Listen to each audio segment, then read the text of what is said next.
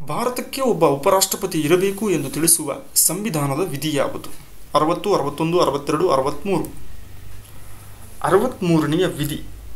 ಇದು ಭಾರತಕ್ಕೆ ಒಬ್ಬ ಉಪರಾಷ್ಟ್ರಪತಿ ಹೊಂದಿರತಕ್ಕದ್ದು ಎನ್ನುವಂತಹ ಮಾಹಿತಿಯನ್ನು ತಿಳಿಸುತ್ತದೆ. ಭಾರತ ಸಂವಿಧಾನದ ಪ್ರಕಾರ ಉಪರಾಷ್ಟ್ರಪತಿಗೆ ರಾಷ್ಟ್ರಪತಿಯ ನಂತರದ ಸ್ಥಾನವನ್ನು ಕಲ್ಪಿಸಲಾಗಿದೆ. ಈ ಕೆಳಗಿನ ಯಾವ ರಾಷ್ಟ್ರವು ದ್ವಿಪೌರತ್ವ ಪದ್ಧತಿಯನ್ನ ಹೊಂದಿದೆ? ಅಂದ್ರೆ ಡ್ಯುಯಲ್ ಸಿಟಿಜನ್ಶಿಪ್ ಅಂತ ಕರಿತೀವಿ. ಇದಕ್ಕೆ ಸರಿ ಉತ್ತರ ಅಮೆರಿಕ ದೇಶ. ಅಮೆರಿಕ ದೇಶದಲ್ಲಿ ದ್ವಿಪೌರತ್ವ ಪದ್ಧತಿಯನ್ನು ಕಾಣ್ತೀವಿ. ಅಂದ್ರೆ ಯುನೈಟೆಡ್ ಸ್ಟೇಟ್ಸ್ ಆಫ್ ಅಮೆರಿಕ ರಾಜ್ಯ ಹಂತದಲ್ಲಿ ಒಂದು ಪೌರತ್ವ ವ್ಯವಸ್ಥೆ ಇದ್ರೆ ಇಡೀ ದೇಶಕ್ಕೆ ಒಂದು ಪೌರತ್ವ ವ್ಯವಸ್ಥೆಯನ್ನ ಹೊಂದಿದೆ. ಮೂಲಭೂತ ಹಕ್ಕುಗಳು ಸಂವಿಧಾನದ ಎಷ್ಟನೇ ಭಾಗದಲ್ಲಿವೆ? ಫಂಡಮೆಂಟಲ್ ರೈಟ್ಸ್ ಅಂತ ಕರಿತೀವಿ. ಇವು ಸಂವಿಧಾನದ 3ನೇ ಭಾಗದಲ್ಲಿ ಮೂಲಭೂತ ಹಕ್ಕುಗಳ ಬಗ್ಗೆ ವಿವರಣೆಯನ್ನ ಕಾಣುತ್ತೇವೆ. ಈ ಕೆಳಗಿನ ಯಾರನ್ನು ರಾಷ್ಟ್ರಪತಿಯವರು ನೇಮಕ ಮಾಡುವುದಿಲ್ಲ? ನೀಡಿರುವಂತಹ ಆಯ್ಕೆಗಳಲ್ಲಿ ಲೋಕಸಭಾ ಸ್ಪೀಕರ್ ಅವರನ್ನ ಆಯ್ಕೆ ಮಾಡೋದಿಲ್ಲ. ಇನ್ನು ನೀಡಿರುವಂತಹ 3 ಆಯ್ಕೆಗಳೇನಿದ್ದಾವೆ, ಭಾರತದ ಮುಖ್ಯ ನ್ಯಾಯಮೂರ್ತಿಗಳು, ವಾಯುದಳದ ಮುಖ್ಯಸ್ಥ, ಭೂಸೇನಾ ಮುಖ್ಯಸ್ಥರನ್ನ ರಾಷ್ಟ್ರಪತಿಯವರು ನೇಮಕ ಮಾಡ್ತಾರೆ. ಆದರೆ ಲೋಕಸಭಾ ಸ್ಪೀಕರ್ ಅನ್ನ ಲೋಕಸಭಾ ಸದಸ್ಯರೇ ಆಯ್ಕೆ ಮಾಡ್ತಾರೆ. ಆಸ್ತಿಯ ಹಕ್ಕನ್ನು ಮೂಲಭೂತ ಹಕ್ಕಿನಿಂದ ತೆಗೆದುಹಾಕಲಾದಂತಹ ವರ್ಷ ಯಾವುದು? ಮೊದಲಿಗೆ ಆಸ್ತಿ ಹಕ್ಕು ಮೂಲಭೂತ ಹಕ್ಕುಗಳಲ್ಲಿತ್ತು. ಅದನ್ನ ತೆಗೆದುಹಾಕಲಾದಂತಹ ವರ್ಷ 1979. 44ನೆಯ ತಿದ್ದುಪಡಿಯ ಮೂಲಕ ಮೂಲಭೂತ ಹಕ್ಕಿನಲ್ಲಿದ್ದಂತಹ ಆಸ್ತಿಯ ಹಕ್ಕನ್ನು ಮೂಲಭೂತ ಹಕ್ಕುಗಳ ಪಟ್ಟಿಯಿಂದ ತೆಗೆದುಹಾಕಲಾಯಿತು. ಈಗ ಆಸ್ತಿಯ ಹಕ್ಕು ಕೇವಲ ಕಾನೂನುಬದ್ಧ ಹಕ್ಕು ಆಗಿದೆ. ರಾಜ್ಯಪಾಲರನ್ನು ನೇಮಕ ಮಾಡುವ ಅಧಿಕಾರ ಈ ಕೆಳಗಿನ ಯಾರಿಗಿದೆ? ರಾಷ್ಟ್ರಪತಿಯವರು. ಎಲ್ಲ ರಾಜ್ಯಗಳಿಗೂ ರಾಜ್ಯಪಾಲರನ್ನ ನೇಮಕ ಮಾಡುವಂತಹ ಅಧಿಕಾರ ರಾಷ್ಟ್ರಪತಿಗಳಿಗಿದೆ. ರಾಷ್ಟ್ರಪತಿಯವರು ಇಚ್ಛೆ ಪಡುವಷ್ಟು ದಿನಗಳ ಕಾಲ ರಾಜ್ಯಪಾಲರು ಆಯಾ ರಾಜ್ಯದ ರಾಜ್ಯಪಾಲರಾಗಿ ಕೆಲಸವನ್ನ ನಿರ್ವಹಿಸ್ತಾರೆ. ಮೂಲಭೂತ ಕರ್ತವ್ಯಗಳನ್ನು ಸಂವಿಧಾನದಲ್ಲಿ ಅಳವಡಿಸಿಕೊಂಡ ವರ್ಷ ಯಾವುದು? ಆರಂಭದಲ್ಲಿ ಇರಲಿಲ್ಲ, ಅವನ್ನ ಅಳವಡಿಸಿಕೊಳ್ತಾರೆ. 1976ರಲ್ಲಿ ಸಂವಿಧಾನಕ್ಕೆ 42ನೇ ತಿದ್ದುಪಡಿಯನ್ನು ಮಾಡುವ ಮೂಲಕ 1976ರಲ್ಲಿ ಮೂಲಭೂತ ಕರ್ತವ್ಯಗಳನ್ನು ಸಂವಿಧಾನದಲ್ಲಿ ಅಳವಡಿಸಿಕೊಳ್ಳಲಾಯಿತು. ಮೂಲಭೂತ ಕರ್ತವ್ಯಗಳನ್ನು ನಿರೂಪಿಸಿರುವ ಸಂವಿಧಾನದ ವಿಧಿ ಯಾವುದು? ಅಂದ್ರೆ ಯಾವ ವಿಧಿಯ ಅನ್ವಯ ಮೂಲಭೂತ ಕರ್ತವ್ಯಗಳನ್ನು ಸಂವಿಧಾನದಲ್ಲಿ ಅಳವಡಿಸಲಾಗಿದೆ? ಇದಕ್ಕೆ ಸರಿ ಉತ್ತರ 51 ಉಪವಿಧಿ ಎ ಅನ್ವಯ ಮೂಲಭೂತ ಕರ್ತವ್ಯಗಳನ್ನು ಸಂವಿಧಾನದಲ್ಲಿ ಅಳವಡಿಕೆ ಮಾಡಲಾಗಿದೆ. 4ನೇ ಭಾಗದಲ್ಲಿ ಇವನ್ನು ನಾವು ಕಾಣುತ್ತೇವೆ. ಡೆಮೋಕ್ರೇಸಿಯಾ ಎಂಬುದರಲ್ಲಿ ಡೆಮೋಸ್ ಎಂಬ ಪದ ಏನರ್ಥವನ್ನ ಕೊಡುತ್ತೆ? ಇದಕ್ಕೆ ಸರಿ ಉತ್ತರ ಪ್ರಜೆಗಳು ಅಂತೇಳಿ. ಡೆಮೋಕ್ರೇಷಿಯಾ ಅಥವಾ ಡೆಮೋಕ್ರಸಿ ಎನ್ನುವಂಥದ್ದು ಡೆಮೋಸ್ ಮತ್ತು ಕ್ರೇಷಿಯೋ ಎಂಬ ಗ್ರೀಕ್ ಪದಗಳಿಂದ ಉತ್ಪತ್ತಿಯಾಗಿದ್ದು, ಇದರಲ್ಲಿ ಡೆಮೋಸ್ ಎಂಬುದು ಪ್ರಜೆಗಳು, ಕ್ರೇಷಿಯೋ ಎಂಬುದು ಅಧಿಕಾರ ಎಂಬುದನ್ನು ಸೂಚಿಸುತ್ತದೆ. 1959ರಲ್ಲಿ ಪಂಚಾಯತ್ ರಾಜ್ ವ್ಯವಸ್ಥೆ ಜಾರಿಗೆ ತಂದ 2 ರಾಜ್ಯಗಳು ಯಾವುವು? ಇದಕ್ಕೆ ಸರಿ ಉತ್ತರ ಪ್ರಥಮ ಬಾರಿಗೆ ರಾಜಸ್ಥಾನ, ಅದಾದ ನಂತರ ಆಂಧ್ರ ಪ್ರದೇಶದಲ್ಲೂ ಕೂಡ ಪಂಚಾಯತ್ ರಾಜ್ ವ್ಯವಸ್ಥೆ 1959ರಲ್ಲಿ ಜಾರಿಗೆ ಬರುತ್ತೆ. ಸಂವಿಧಾನದ ಪ್ರಸ್ತಾವನೆಯಲ್ಲಿ ಸಮಾಜವಾದ ಎಂಬ ಪದವನ್ನು ಸೇರ್ಪಡೆಗೊಳಿಸಲಾದಂಥ ತಿದ್ದುಪಡಿ ಯಾವುದು? ಇದಕ್ಕೆ ಸರಿ ಉತ್ತರ 42ನೇ ತಿದ್ದುಪಡಿಯನ್ನ ಮಾಡುವ ಮೂಲಕ ಪ್ರಸ್ತಾವನೆಯಲ್ಲಿ ಸಮಾಜವಾದಿ ಎಂಬ ಪದವನ್ನು ಸೇರ್ಪಡೆ ಮಾಡಲಾಯಿತು. ಸಂವಿಧಾನಕ್ಕೆ ಮೊದಲ ತಿದ್ದುಪಡಿ ತಂದಂತಹ ವರ್ಷ ಯಾವುದು?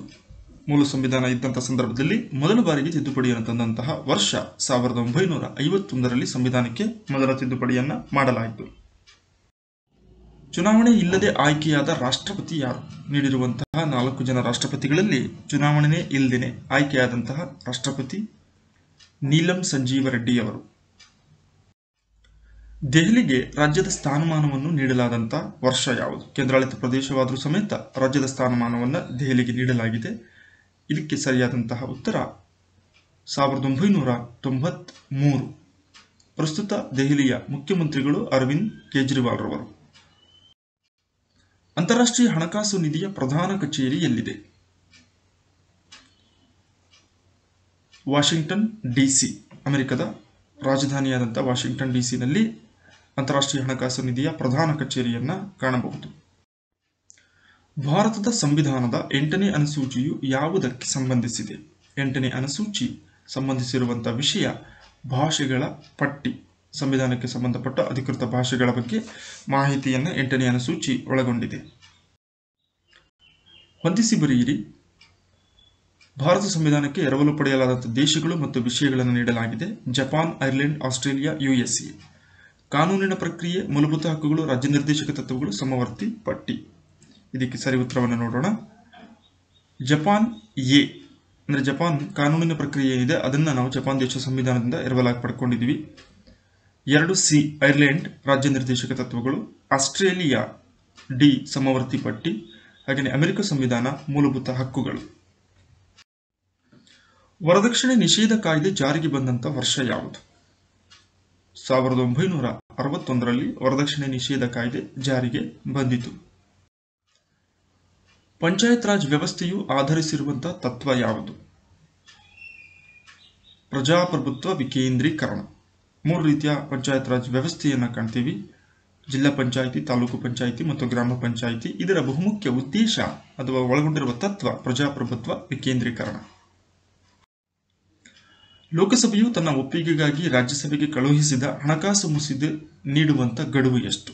ಹಣಕಾಸು ಮಸೂದೆಯನ್ನು ರಾಜ್ಯಸಭೆಗೆ ಕಳಿಸಿದ ಮೇಲೆ ಎಷ್ಟು ದಿನಗಳ ಒಳಗಾಗಿ ರಾಜ್ಯಸಭೆಯು ಅದಕ್ಕೆ ಒಪ್ಪಿಗೆಯನ್ನು ಸೂಚಿಸಬೇಕು?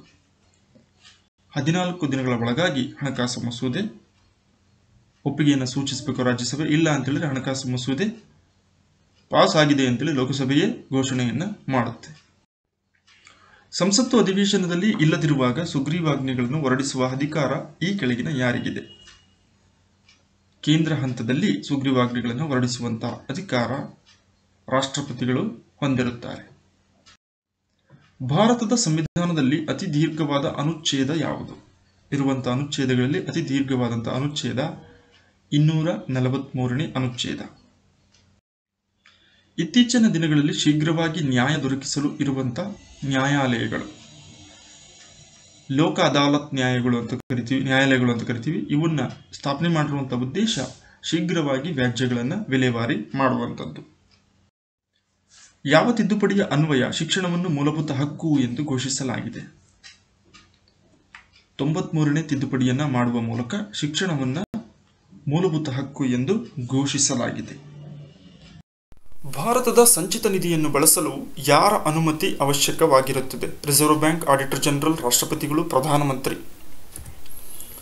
ರಾಷ್ಟ್ರಪತಿಗಳ ಅನುಮತಿ ಅತ್ಯಂತ ಅವಶ್ಯಕವಾಗಿರುತ್ತೆ. ಕನ್ಸಾಲಿಡೇಟೆಡ್ ಫಂಡ್ ಅಂತ ಕರಿತೀವಿ, ಸಂಚಿತ ನಿಧಿ. ಸೊ ಇದರ ಬಳಕೆಯನ್ನು ಮಾಡಬೇಕು ಸರ್ಕಾರ ಅಂತೇಳಿದ್ರೆ ಇದಕ್ಕೆ ರಾಷ್ಟ್ರಪತಿಯವರ ಒಂದು ಒಪ್ಪಿಗೆ ಅಥವಾ ಅನುಮತಿ ಅನಿವಾರ್ಯವಾಗಿರುತ್ತದೆ.